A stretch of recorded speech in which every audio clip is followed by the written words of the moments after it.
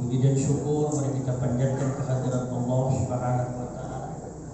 Karena hanya dengan berzikir pada hari ini tanggal 20 Zulhijjah kita dapat sholat subuh di Jannatul Na'im ini bersama dengan kegiatan sajadah fajar putaran 68. Salawat dan salam mari kita sampaikan kepada pemimpin kita Nabi Muhammad sallallahu alaihi wasallam, pada keluarga serta para sahabatnya, kepada kita sekalian, para alim yang saya muliakan, Bapak Ibu seluruh pengurus dan yang tetap di Jannatul Na'im, hadirin hadirat muslimin muslimat rahimakumullah. Mari kita awali kegiatan kita dengan sama-sama mengikuti pembacaan ayat suci Al-Quran. Hari ini dibaca surah Al-Waqiah ayat 39, ayat 39. Al-Waqiah ayat 39 ayat 40. Terjemahan bahasa Indonesia. Assalamualaikum warahmatullahi wabarakatuh. Waalaikumsalam warahmatullahi wabarakatuh.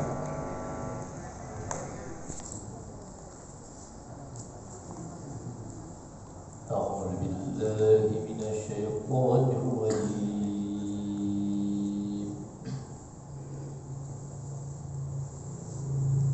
Bismillahirrahmanirrahim.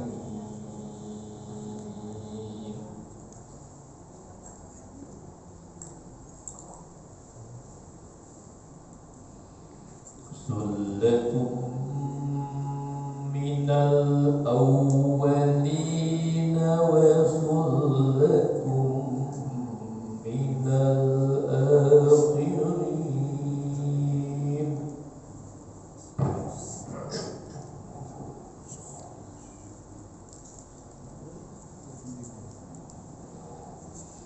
Wa ashabul shimali ma ashabul shimal.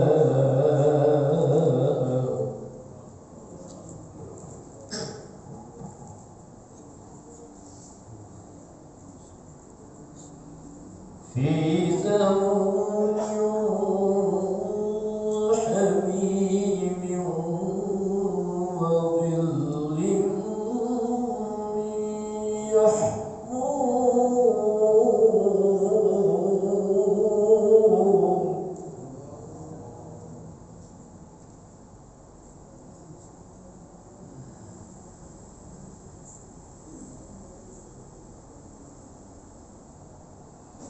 وظل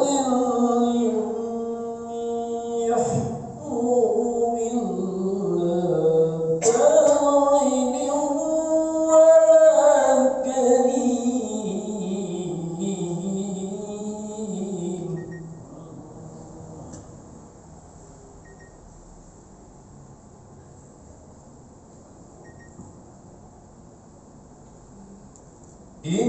إنهم كانوا قبل ذلك مترفين.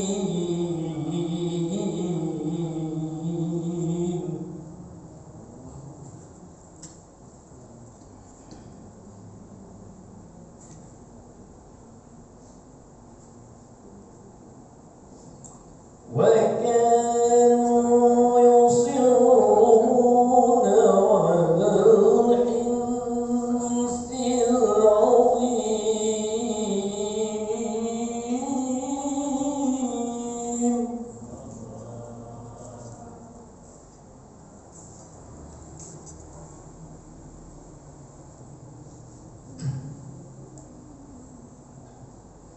وكانوا يقولون إذا متنا وكنا ترابا وعظاما أإنا لمبعوثون.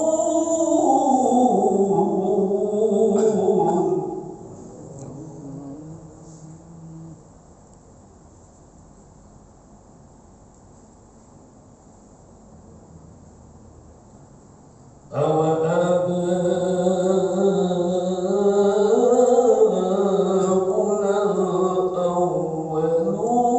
الأولون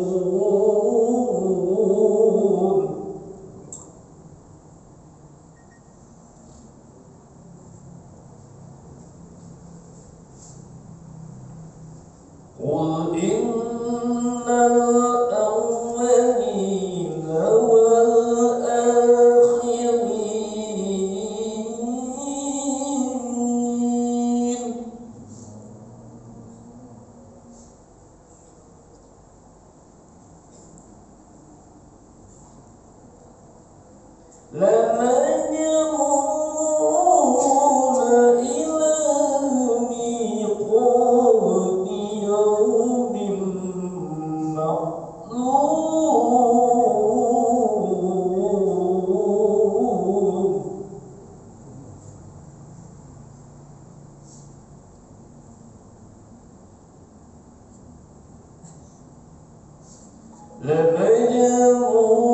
لمجموعون إلى ميقات يوم معلوم لمجموعون إلى ميقات يوم معلوم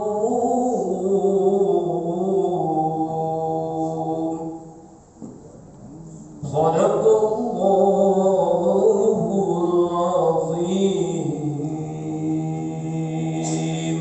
اللهم صل وسلم وزد وبارك على رسول الله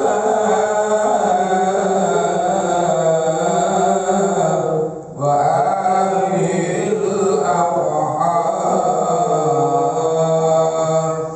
على رسول الله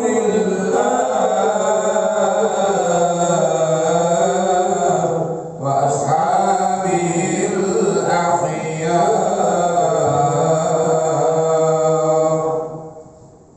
Alhamdulillah dari godaan syaitan terkutuk dengan nama Allah yang Maha Pengasih, Maha Penyayang.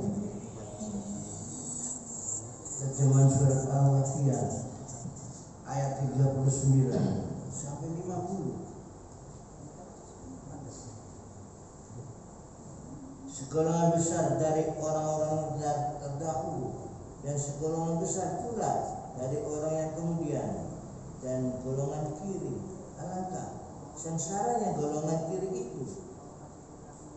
Mereka dalam siksaan angin yang sangat panas dan air yang mendidih dan naungan asap yang hitam, tidak sejuk dan tidak menyenangkan. Sesungguhnya mereka sebelum itu dahulu hidup bermewah-mewah, dan mereka terus-menerus mengerjakan dosa yang besar. Dan mereka berkata, apabila kami sudah mati menjadi tanah dan tulang belulang, apakah kami benar-benar akan dibangkitkan kembali? Apakah nenek moyang kami terdahulu dibangkitkan pula? Katakanlah, ya, sesungguhnya orang yang terdahulu dan yang kemudian pasti semua akan dikumpulkan pada waktu tertentu, pada hari yang sudah dimaklumi. Maha Allah segala firman. Nas'aluka rahmatan ya man huwa Allahul ladzi la ilaha illa huwar rahmanur rahim al-malikul qudus as-salamul mu'minul muhaiminul azizul jabbar al-mutakabbirul halikul bari'ul musawwirul ghaffarul qahharul wahhabur razzaqul fattarul alim al-qabidul basitul hafidul rafi'ul mu'idul mudhidul sami'ul basirul hakamul latiful habir al-alimul azim al-ghafurus sakur al-alimul ghabirul habibul mubin al-hasibul jalil al-qarimur rahimul mujibul wasi'ul hakimul wadudul majidul ba'isus sa'id al-haqqul wakil al-qawiyul matin al-waliyul hamid al-muqsiyul mudi wal mu'in al-mu'il mumit al-hayy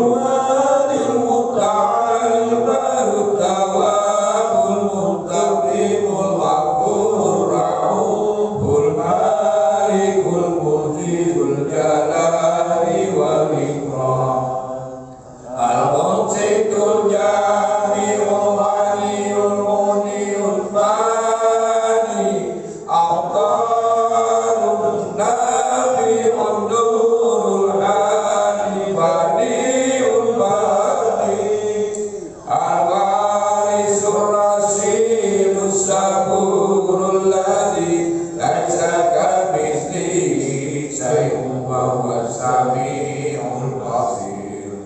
اللهم صل أفضل الصلاة على أسعد مخلوقاتك سيدنا محمد وعلى آله وصحبه وسلم عدد معلوماتك ومداد كلماتك كلما ذكرك الذاكرون وعفى عن ذكرك الغافلون. اللهم صل على سيدنا محمد وأخر الظالمين بالظالمين. اللهم صل على سيدنا محمد وأخر الظالمين بالظالمين وأخرجنا من بينهم سالمين وعلى آله وصحبه أجمعين. اللهم صل على سيدنا محمد وأخر الظالمين بالظالمين. اللهم صل على سيدنا محمد وأخر الظالمين بالظالمين وأخرجنا من بينهم سالمين وعلى آله وصحبه أجمعين. Ya Allah, berikanlah salawat kepada Nabi Muhammad dan sibukkanlah orang-orang zalim agar mereka mendapat kejahatan dari orang-orang zalim lainnya, dan selamatkanlah kami dari kejahatan mereka, serta berikanlah salawat kepada sahabat dan keluarga beliau. Assalamualaikum warahmatullahi wabarakatuh.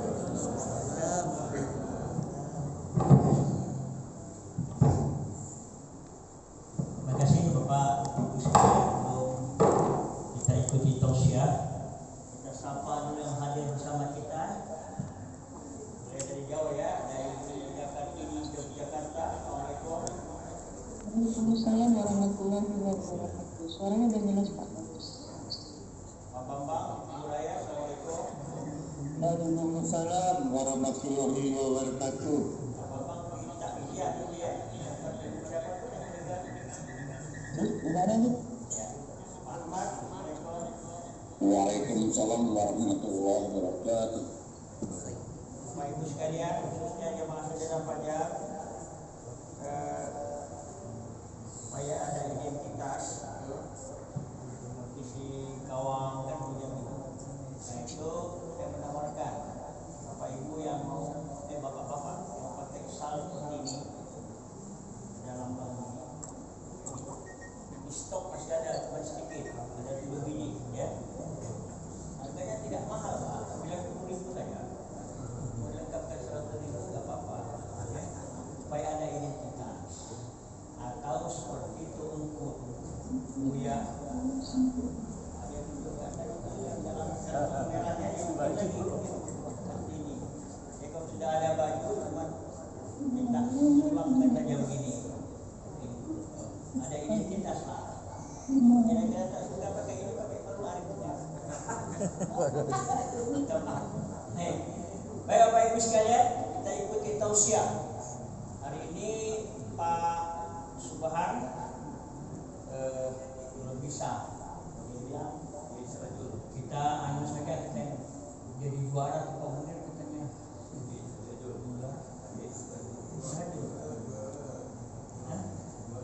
ya bro, tausiah. Ya, kita yang dulu Pak.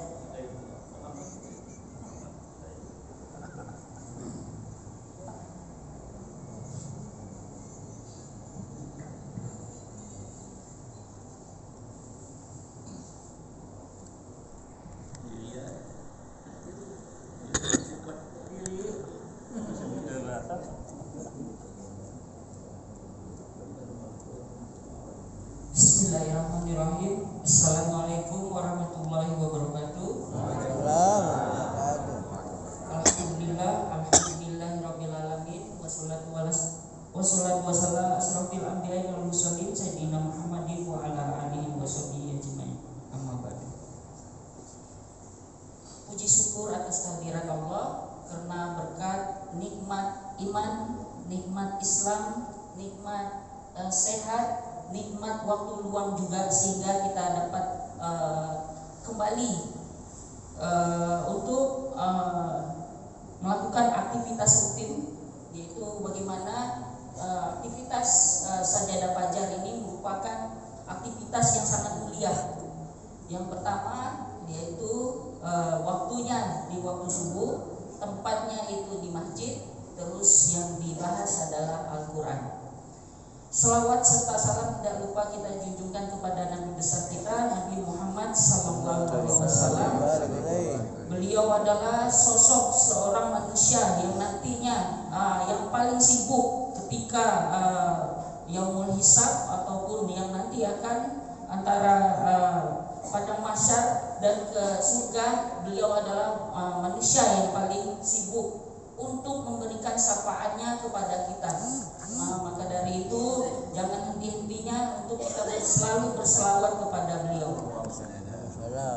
Baik, Bapak Ibu semuanya, kali ini majelis taklim kita, saya diberi lagi kesempatan kepada Ustadz Munir untuk mengisi majelis taklim sajadah fajar ini.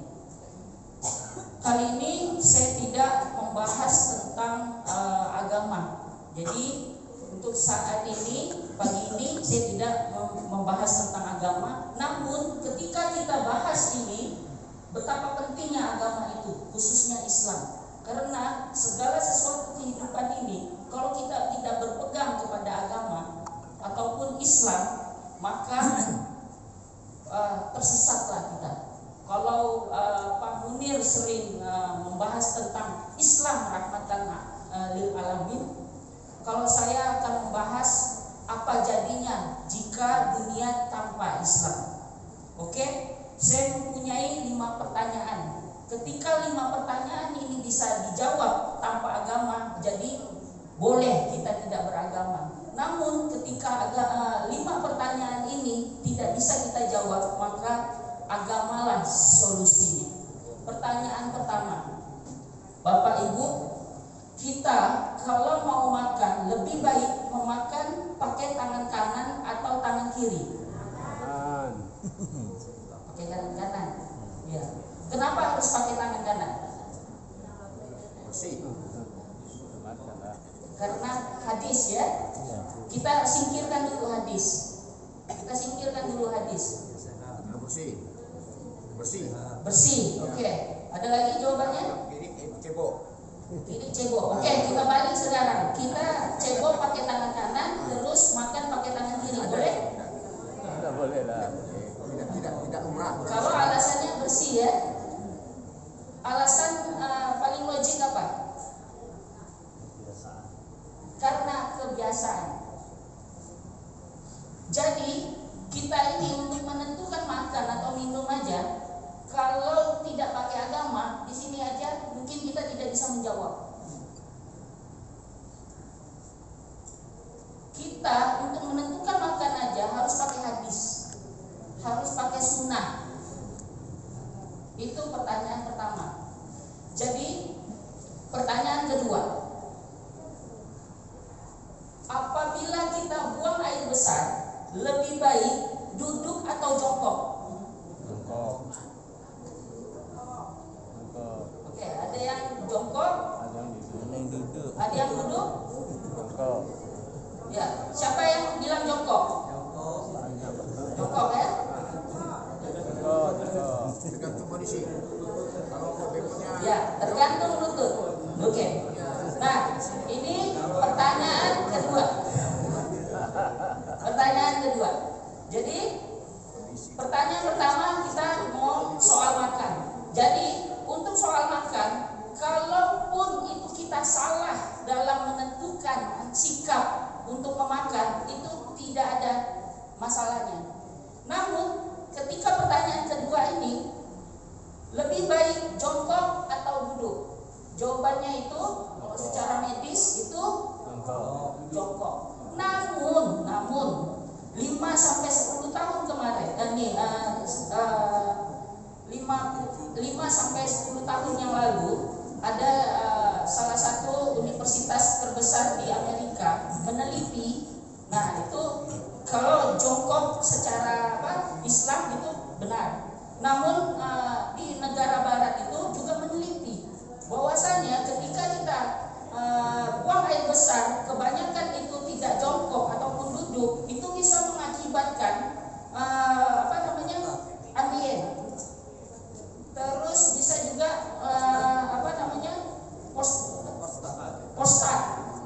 Jadi jauh sebelum 5 sampai 10 tahun lalu ada seorang laki-laki yang tidak bisa menulis, tidak bisa membaca. Beliau tidak perlu penelitian, tapi beliau sudah mengatakan bahwasanya kalau buang air besar itu harus jongkok. Karena apa? Ketika kita jongkok itu ada salah satu tempat pencernaan, salah satu sistem pencernaan kita itu jauh lebih baik daripada duduk. Nah, jadi ketika itu kita melakukan hal yang salah, maka itu akan mengakibatkan ambien ataupun prostat. Nah, itu pertanyaan yang kedua. Pertanyaan ketiga. Pertanyaan ketiga, kalau kita ingin memilih pasangan, sebaiknya lelaki atau perempuan dulu deh. Sebaiknya cara memilih pasangan yang terbaik? Yang ganteng ya, yang soleh, yang adil, yang seiman, yang gemoy.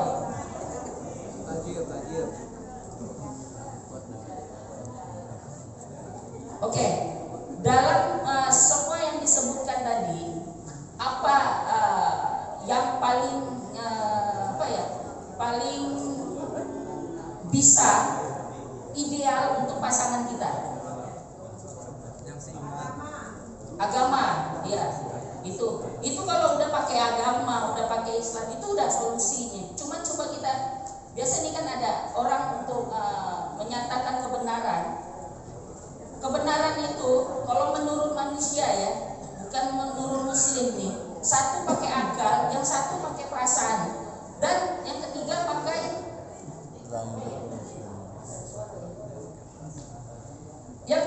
itu pakai kebiasaan.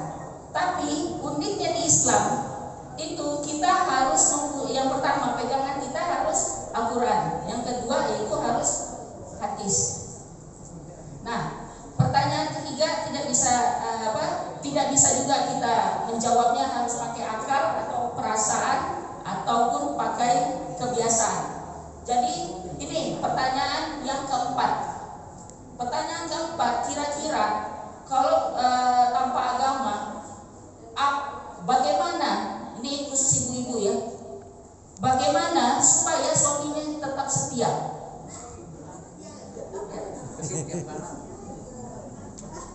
Bagaimana treatment supaya suaminya ini tidak tetap setia? Pesta tiap malam. Ibu-ibu dulu. Bagaimana kalau suaminya biar setia? Harus perhatian, terus komunikasi, oke? Ada lagi? Pelayanan yang terbaik, oke? Dengan bapak-bapak. Apalagi? Ekonomi bagus, oke? Pertanyaannya, ada nggak? Kita lihat di TV-TV aja. Ada nggak yang ekonominya bagus tapi dia tetap selingkuh? Ada enggak? Ada enggak istri yang melayani secara baik atau yang tetap selingkuh?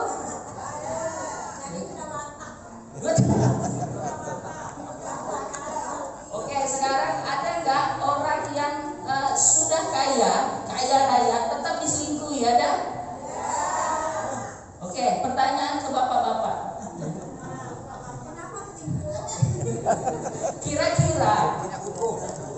Kira-kira apa sih yang membuat bapak-bapak ini tidak selingkuh?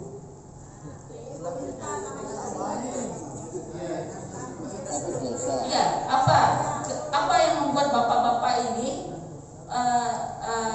membuat bapak-bapak tetap setia kepada ibu-ibu? Sayang ya. Ada nggak ibu-ibu udah sayang banget sama suami tapi tetap selingkuh? Ada ya. Jadi sayang itu tidak bisa juga menjadi. Oke. Jawaban yang paling benar itu takut dosa. Betul. Karena agama itu ini kalau kita hilangkan agama ini tidak bisa. Jawabannya itu tidak ada. Mau nggak mau, suka nggak suka, agama itu harus menyertai kita dalam setiap aktivitas. Pertanyaan pertama sampai keempat itu, yang pertama awalnya ketika kita salah bertindak atau salah menyikapi dalam melakukan itu tidak ada masalah. Kira-kira kalau kita pakai tangan kiri makan ada masalah enggak? Tidak ada ya. Yang kedua, untuk buang air besar. Kalau kita salah ada efeknya? Sakit kan? Nah, yang ketiga nih, kalau kita salah memilih dalam pasangan itu kriterianya, itu nggak usah dijawab lah. Apalagi yang keempat nih. Yang keempat ini, itulah tuh mungkin itu banyak yang dijadikan sinetron. Pertanyaan yang kelima, ini terakhir nih.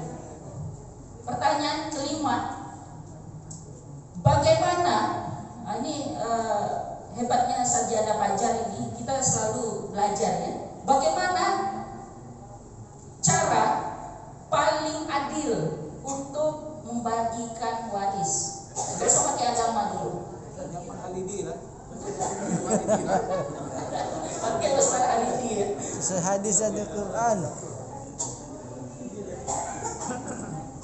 Karena waris ini adalah mengenai harta. Harta itu sangat sensitif.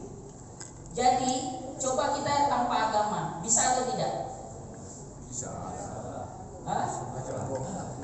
Ngawur ya. Bisa nggak? Bisa. Bisa. Banyak masalah. Tapi masalah banyak. Nanti ini ada ceritanya. Katakanlah ada lima seorang keluarga. Jadi dia ditinggalkan oleh bapaknya. Jadi keluarga ini bapak, ibu, anak pertama, anak kedua, anak terakhir. Jadi anak yang pertama bilang, oke, dia bilang kan, ini pakai akal nih semuanya. Bagi rata katanya. Saya karena anak pertama, kata dia kan, saya ini sebentar lagi kawin, sebentar lagi saya ini mau lulus kuliah. Jadi ibu dan adik-adik sayalah yang harus yang paling banyak. Rasional?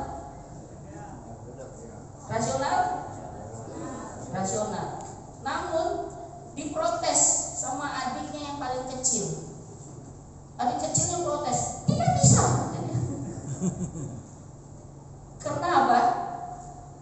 Anak pertama ini udah yang paling banyak menghabiskan uang bapaknya.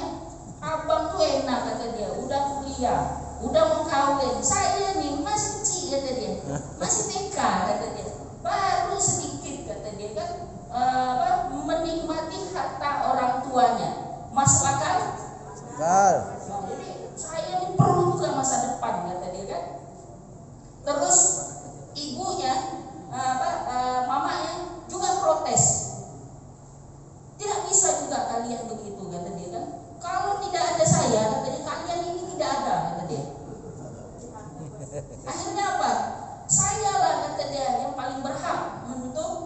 mewarisi harta ini. Masuk akal? Masuk akal. Ada lagi ternyata kamu kalah mertuanya. Kalian ini semuanya salah semua, kata dia.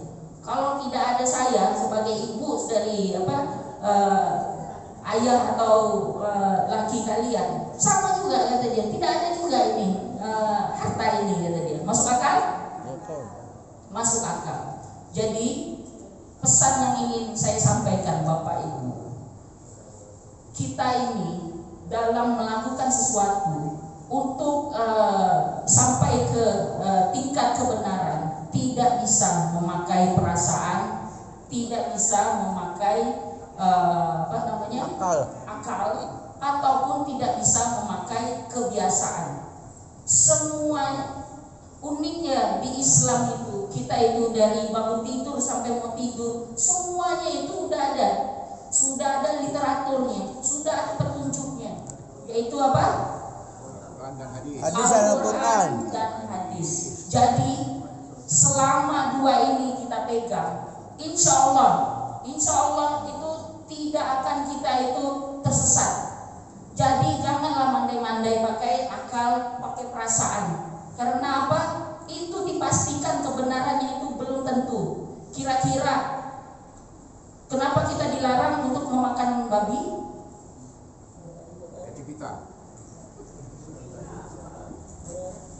Ya, itu kalau jawabannya pakai akal seperti itu, jawaban yang paling simpel adalah kenapa? Karena dilarang oleh Allah. Setiap yang dilarang sama Allah itu pasti ada efek sampingnya, benar nggak? Lihat kejadian 3-4 tahun yang lalu. Allah sudah melarang kita untuk makan kelawar, ular. Tapi negara tetangga kita di Cina itu, di Wuhan, dimakan itu. Akhirnya apa? Jadi apa? Jadi wabah COVID. Wabah COVID itu awalnya dari katanya itu dari kelawar dan dari makan ular. Segala sesuatu ketika itu dilanggar pasti ada konsekuensinya. Begitu juga kita, kalau melakukan sesuatu yang dilarang sama Allah, tunggu aja itu. Kalau nggak di dunia, di akhirat.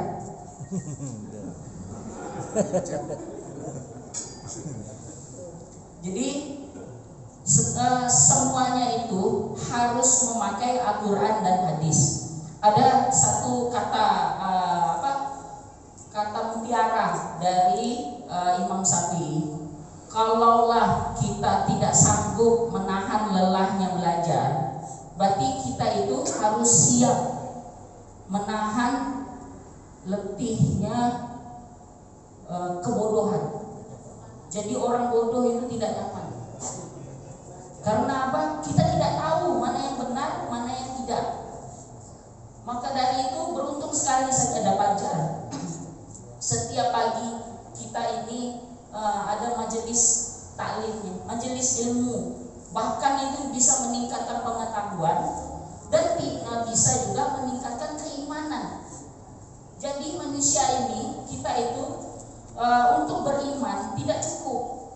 Kita harus punya ilmu. Karena apa? Semua syariat itu ada ilmunya. Tidak bisa kita sembarangan. Mentang-mentang dia ingin masuk surga dengan jalur sholat. Ini kayaknya saya karena biar Tuhan atau Allah ini senang sama saya. Subuh ini kan sholatnya terlalu sedikit bagi dia kan. Kalau 2 ini kurang. Kalau saya kerjakan 10 kayak Allah lebih senang. Senang nggak Allah tuh? Senang. Enggak. Nah ini yang kelewatan. Maka dari itu kita itu beriman itu harus berilmu. Jadi semua syariat itu ada ilmunya. Jadi nggak boleh pakai main beli-belian itu nggak boleh. Bahaya. Jadi semuanya itu ada panduannya. Kalau nggak ngerti kita tanya kepada ahlinya. Nggak bisa juga kita itu belajar di YouTube, nggak bisa juga kita belajar di buku. Syariat itu harus ada gurunya. Apalagi mau mandai-mandai, udahlah Al-Quran ini kan ada terjemahannya. Kata Dayat yang penting pakai Al-Quran dan pakai hadis. Nggak bisa. Al-Quran itu tidak semerta-merta bisa begitu kita baca langsung ngerti. Karena apa? Dalam sudut pandang itu berbeda-beda. Mungkin satu ayat terus kita baca itu 5 kali di waktu yang berbeda, itu nanti maknanya juga akan berbeda. Betul nggak? Itulah hebatnya Al-Quran. Dari dulu sampai sekarang itu tidak berubah dan bisa mengikuti zaman. Karena apa? Karena itu benar-benar kitab yang langsung dari Allah Subhanahu wa Ta'ala. Maka dari itu kita untuk syarat, guru saya pernah memberitahu saya syarat untuk kita tahu kebenaran. Yang pertama itu harus kita lihat dan harus kita dengar. Syarat pertama harus kita lihat ataupun kita dengar. Selama dua ini tidak kita penuhi, itu dipastikan itu tidak benar. Syarat yang kedua itu ada literaturnya. Literatur itu artinya ada pemberitahuan sebelumnya. Sekarang pertanyaan saya, PNW itu apa? PNW itu apa? Tidak ada yang tahu kan? Ya. Jadi syarat kalau ingin tahu kebenaran, PNW ini adalah tulisan di dalam ini. Nah, jadi akhirnya ibu bisa melihat, mendengar, dan saya juga kasih tahu literaturnya. Jadi nggak bisa pakai perasaan. Kalau tadi tidak pakai seperti itu, semua akan menjawab. Entar ada yang jawab mobil lah, entar ada jawab itu motor lah. Makanya untuk kebenaran terus tanyakan sama orang yang nanya dan ahlinya. Nah, untuk ahli harus diketahui juga. Setiap manusia itu tidak ada yang ahli segalanya. Terkadang orang yang berdiri di depan Bapak Ibu belum tentu juga itu mengetahui di permasalahan yang ada. Jadi tanyakannya itu sesuai dengan ahlinya. Mungkin ya Ustadz Halidi expert atau hebat di faraid, tapi belum tentu di ilmu yang lainnya. Nah, jadi Ustadz Halidi ini cocoknya memang ditanyakan untuk faraid. Nah, yang lainnya boleh, tapi jangan langsung disimpulkan itu. Jadi harus dicek literaturnya. Yang kedua, syarat selanjutnya itu yang memang harus ada Al-Quran dan hadisnya. Ketika Al-Quran dan hadis tidak membahas suatu perihal itu, artinya Bapak Ibu jangan khawatir.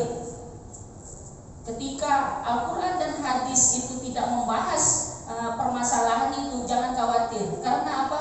Dipastikan permasalahan itu tidak penting. Kira-kira ada nggak Al-Quran membahas bumi itu bulat atau datar? Ada nggak? Tidak ada kan? Tapi dipermasalahkan tuh di keilmuan. Kira-kira antara datar dan bulat itu ada efeknya nggak ke kita? Tidak ada kan? Tidak ada. Nah, jadi segala sesuatu yang tidak dibahas oleh Al-Quran dan hadis dipastikan itu hal yang tidak penting. Tapi ketika itu dibahas oleh Al-Quran dan hadis, itu menandakan itu ada hal yang penting dan ada efek di situ.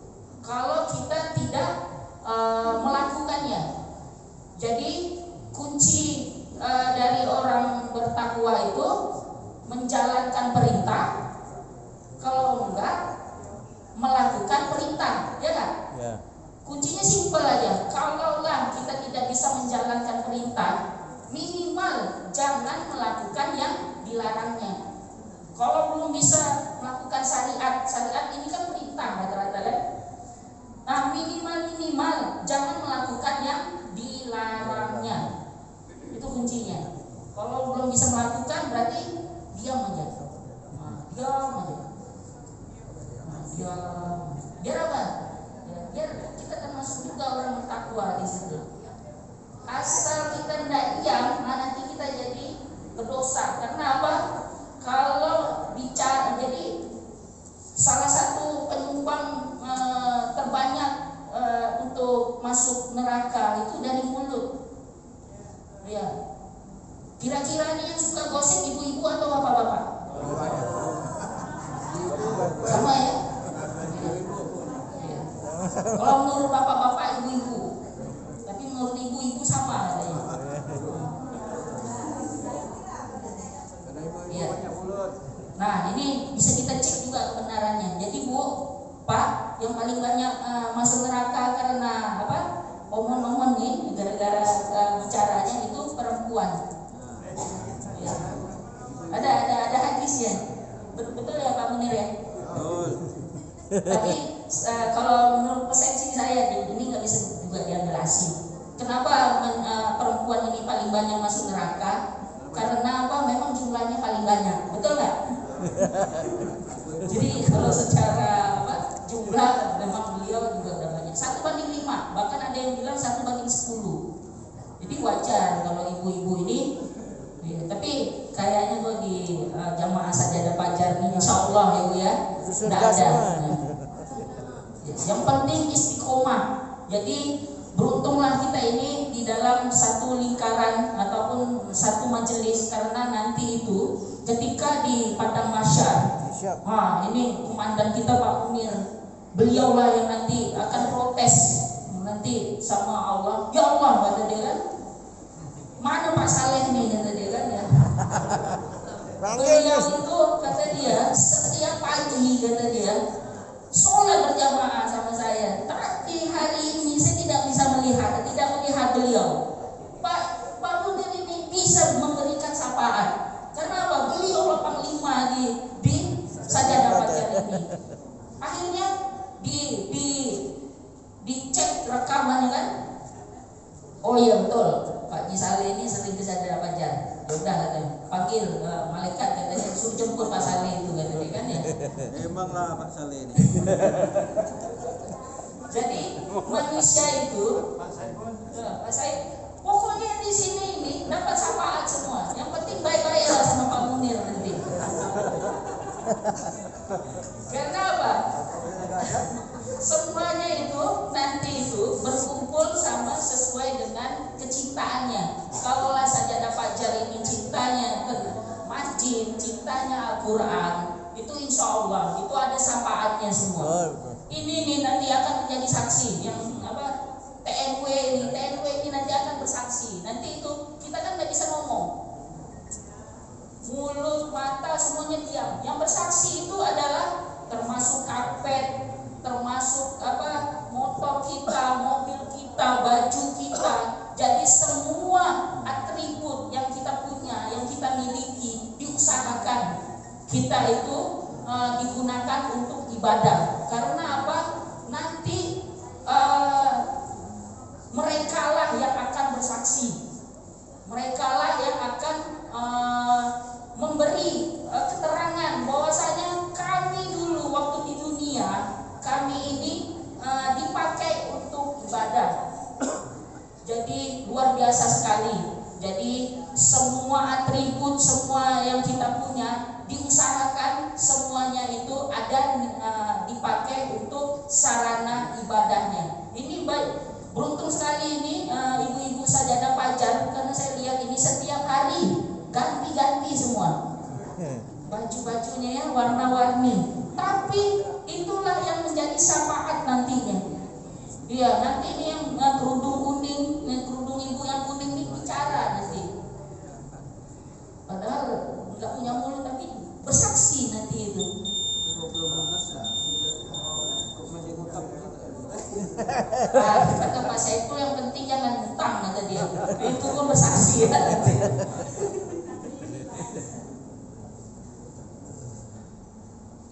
Ada udah masuk ya? 5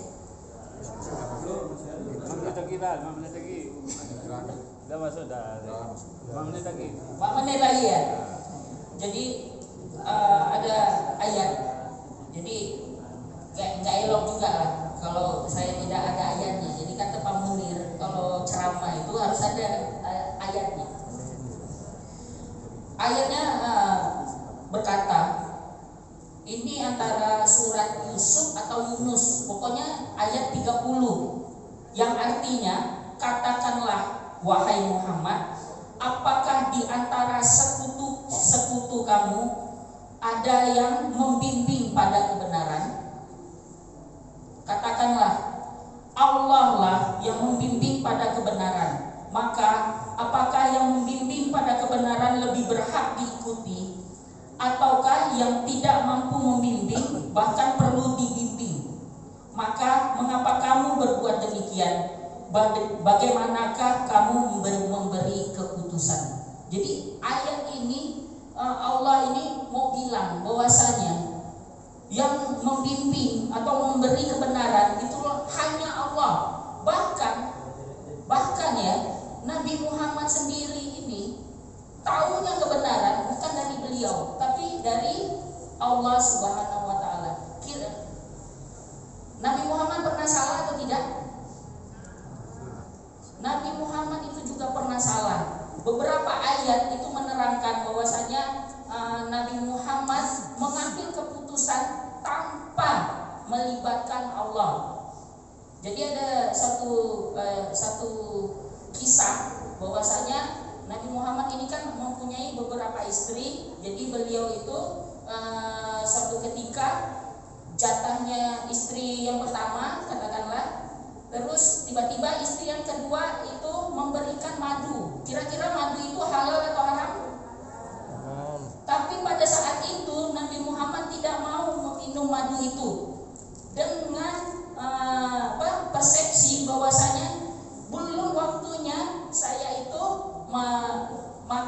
minum madu di tempat kamu, nanti besok. Akhirnya itu ditegur sama Allah. Jadi ditegur sama Allah dengan ayat, janganlah kamu mengharamkan apa yang sudah halal. Itu ada ayatnya. Terus prasangka itu biasa manusiawi. Jadi tapi ini nggak terlalu kita angkat. Nah, setingkat Nabi Muhammad aja mempunyai kesalahan, apalagi kita. Benar nggak?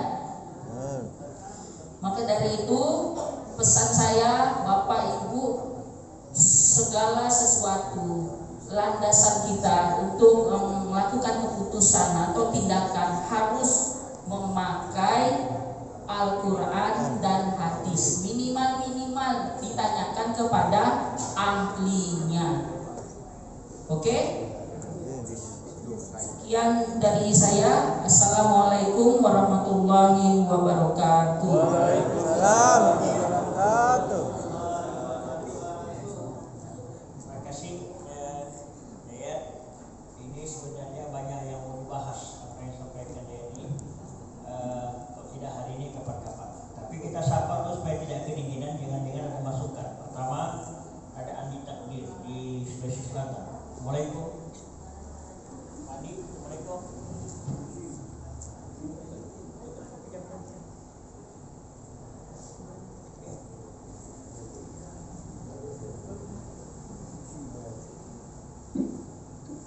Andi Takdir, monitor. Andi Takdir, Assalamualaikum. Assalamualaikum warahmatullahi wabarakatuh, Bang. Maka salam tersunjai. Di gua ini, Bang, lagi di gua ini. Ada Pak tinggal di Mojokerto. Assalamualaikum. Waalaikumsalam warahmatullahi wabarakatuh. Ada Pak Iskandar di Mempawah. Assalamualaikum. Waalaikumsalam warahmatullahi wabarakatuh. Ada Pak Mujani. Assalamualaikum. Waalaikumsalam warahmatullahi wabarakatuh. Ada Saudara Haikul. Assalamualaikum. Baik, Bapak Ibu yang ikuti Zoom atau di masjid ini, ada yang mau merespon apa yang disampaikan oleh narasumber pagi hari ini?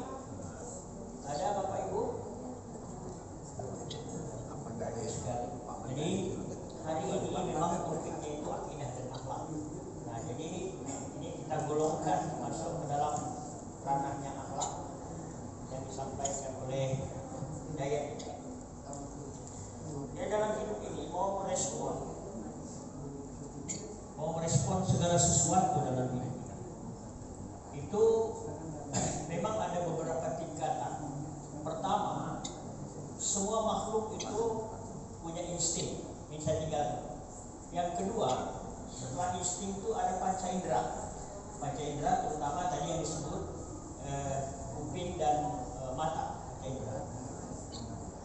Panca indera itu ada tingkatan pengetahuan. Jadi karena panca indera kita lah, kita tahu ini putih, ini hitam, ini merah. Tapi itu baru sekedar pengetahuan, bukan ilmu.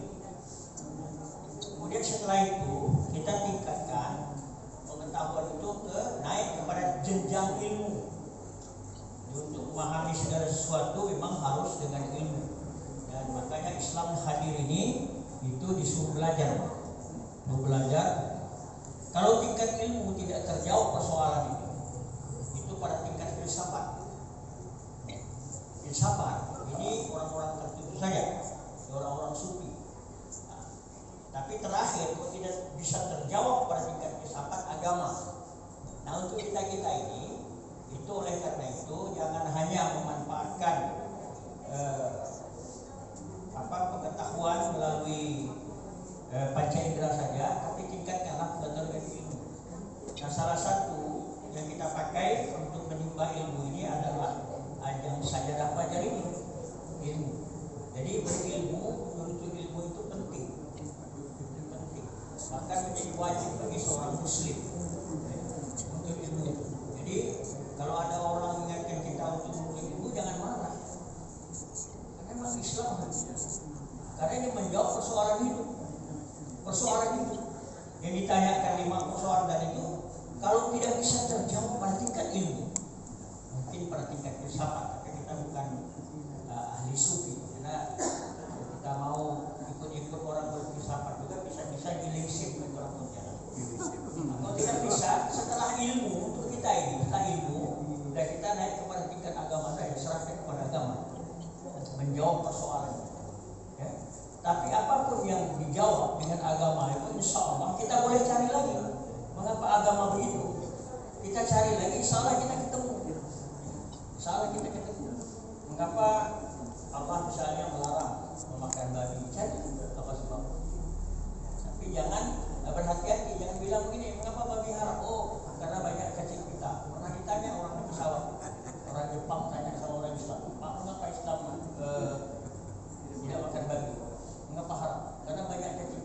Kalau itu direbus sampai 1000 derajat, cacing pita jadi haram. Atau bisa dia jawab, melogika juga harga dihargai.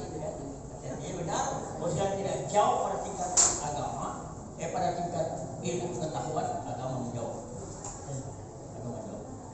Baik Bapak Ibu, menarik, saya ingin berdiskusi panjang tentang ini, tapi salah kita bahas kali. Jadi walaupun Bapak Ibu kelihatannya gaya itu ya, mohon maaf ya, kesana kesini bisa ngomongin, tapi ada hal yang bisa kita tangkap dari apa yang disampaikan. Terima kasih.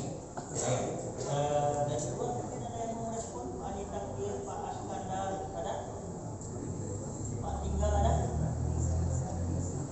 Ada ya? Ada ibu-ibu bapak-bapak? Tidak ada? Tidak ada. Kalau tidak ada, sambutan pengurus tertib. Ada? Tidak? Berbalik tadi. Boleh? Baik. Ya. Atau pengurus?